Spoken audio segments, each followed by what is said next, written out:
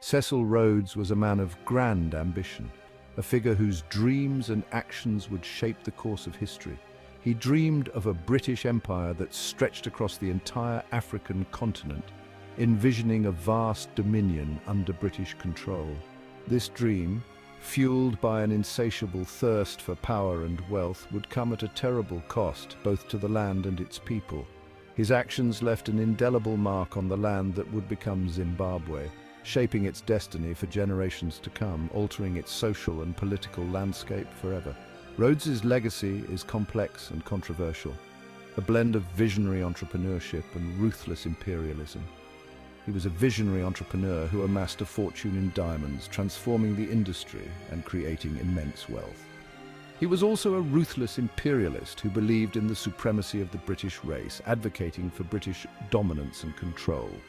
And he was a key figure in the colonization of Zimbabwe, a story of conquest, dispossession, and enduring inequality, leaving a legacy that continues to be felt to this day. Cecil John Rhodes was born in 1853 in Bishop Stortford, England. A sickly child, he was sent to South Africa at the age of 17, hoping the climate would improve his health. He joined his brother Herbert on the diamond fields of Kimberley. This marked the beginning of his lifelong fascination with Africa. Rhodes thrived in the rough-and-tumble world of diamond mining. He was shrewd and ambitious. He quickly amassed a fortune, buying up claims and consolidating his holdings. He recognized the potential of diamonds. They were not just beautiful stones. They were a source of immense wealth and power. The discovery of diamonds in South Africa sparked a rush of prospectors and fortune seekers. Rhodes saw an opportunity to bring order to the chaotic diamond fields. He formed De Beers Consolidated Mines in 1888, creating a diamond monopoly that controlled the world's supply. With his newfound wealth, Rhodes set his sights on a grander prize, expanding the British Empire in Africa. He believed in the superiority of British civilization and saw it as his duty to spread its influence. He envisioned a Cape to Cairo railway line, connecting British colonies from the southern tip to the northern coast of Africa. To realize his imperial ambitions, Rhodes needed the backing of the British government. He obtained a royal charter for the British South Africa Company in 1889. The charter granted the company sweeping powers to operate in a vast territory north of the Limpopo River. The BSAC was a commercial enterprise with a mandate to exploit the resources of the region. However, it also served as an arm of British imperialism. Rhodes used the company to advance his political goals, securing British control over land and resources. Section 5. The invasion of Matabeleland. In 1893, the British South Africa Company, under Rhodes's direction, invaded Matabeleland, the territory of the Ndebele people, led by King Lobengula. The Ndebele were a powerful warrior nation, but they were outmatched by the BSAC's superior firepower. The BSAC's forces, armed with Maxim guns, mowed down Ndebele warriors in a series of battles. Lobengula's kraal was captured and burned. The king himself disappeared, his fate unknown to this day. The invasion of Matabeleland marked the beginning of the BSAC's conquest of what is now Zimbabwe. Section 6. The Mashona and the Rudd Concession. With the Ndebele defeated, Rhodes turned his attention to Mashonaland, home to the Shona people. This region, rich in resources and strategically important, became the next target for Rhodes's ambitious plans. In 1888, Rhodes had secured a dubious agreement from a Shona chief, Lobengula's subordinate, known as the Rudd Concession. This agreement was named after Charles Rudd, one of Rhodes's close associates, who played a key role in its negotiation.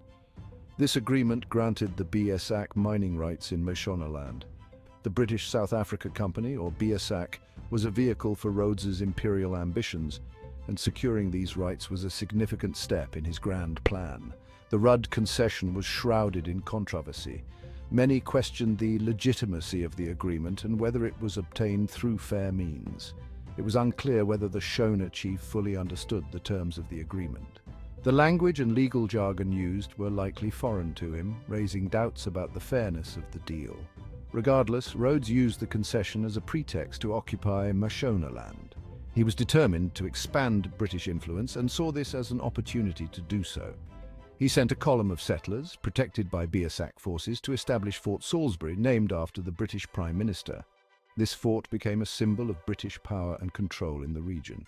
This marked the beginning of the systematic colonization of Mashonaland. The establishment of Fort Salisbury paved the way for further British settlements and the exploitation of the region's resources, forever changing the lives of the Shona people. Section 7, Rhodesia, a land carved from conquest. With the conquest of Matabele land and Mashonaland complete, Rhodes moved to consolidate his gains. In 1895, he combined the two territories into a single entity. He named it Rhodesia in his own honor. The creation of Rhodesia was a testament to Rhodes's ambition and ruthlessness. However, it was also a source of profound resentment among the indigenous population. They had been robbed of their land and their sovereignty. They were now subjects of the British Crown, ruled by a company answerable to shareholders in London. Section 8, Dispossession and Exploitation.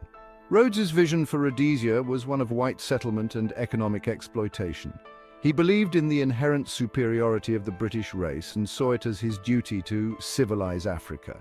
He implemented policies that led to the dispossession and exploitation of the indigenous population.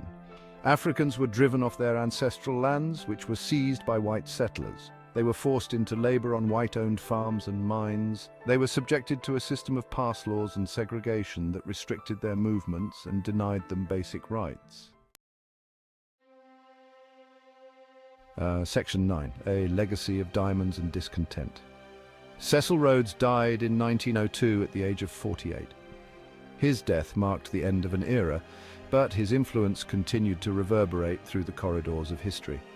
He left behind a complex legacy, one that is both celebrated and condemned. His ventures in the diamond industry and his political maneuvers in Africa have left an indelible mark. He was a man of contradictions, a visionary and a brute, a builder and a destroyer. His ambitions knew no bounds and his methods were often ruthless. He played a pivotal role in shaping the destiny of southern Africa, leaving an indelible mark on the region. His policies and actions laid the groundwork for both development and exploitation. His legacy continues to be debated today. In modern Zimbabwe and South Africa, his name evokes a range of emotions, from admiration to resentment. His statue at Oxford University was removed in 2020 after years of protests. This event was a significant moment in the ongoing reassessment of historical figures and their impact. This act reflects the growing recognition of the injustices of colonialism and the need to confront the past. It symbolizes a broader movement to address historical wrongs and seek justice. Rhodes's story serves as a reminder of the complexities of history and the lasting impact of colonialism on the world we live in. His life and legacy are a testament to the enduring struggle between progress and exploitation, vision and violence. If you found this video insightful, please like, subscribe and hit the notification button. We'd love to hear your thoughts, so leave a comment below and join the conversation.